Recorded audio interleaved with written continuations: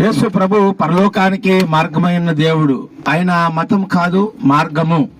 ఈ లోకంలో మానవుడు పాపములో పుట్టి పాపములోనే జీవించి పాపములోనే చనిపోతూ ఉన్నాడు. ఆ పాపములోనే చనిపోయిన వ్యక్తి నరకానికి వెళ్ళిపోతున్నాడు. కాబట్టి మానవుడు మార్గం ఏంటంటే నిత్యమైన నరకం.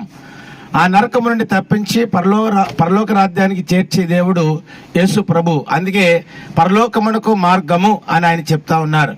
కాబట్టి యేసు ప్రభును నమ్ముకుంటే మన ఆత్మ పరలోక రాజ్యం చేరుతుంది. మనలను యేసుక్రీస్తు ప్రభు కలవరి శిలువలో ప్రాణాన్ని పెట్టి రక్తాన్ని చిందించి మనందరి పాప శిక్షను ఆయన భరించి ఆ పరలోక రాజ్యానికి మనను తీసుకుని వెళ్ళటానికి శిలువ గుండా ఒక మార్గాన్ని ఆయన చూపించారు. ఆ శిలువలో మరణించి చనిపోయి సమాధి చేయబడి ఆయన తిరిగి లేచిన దేవుడు.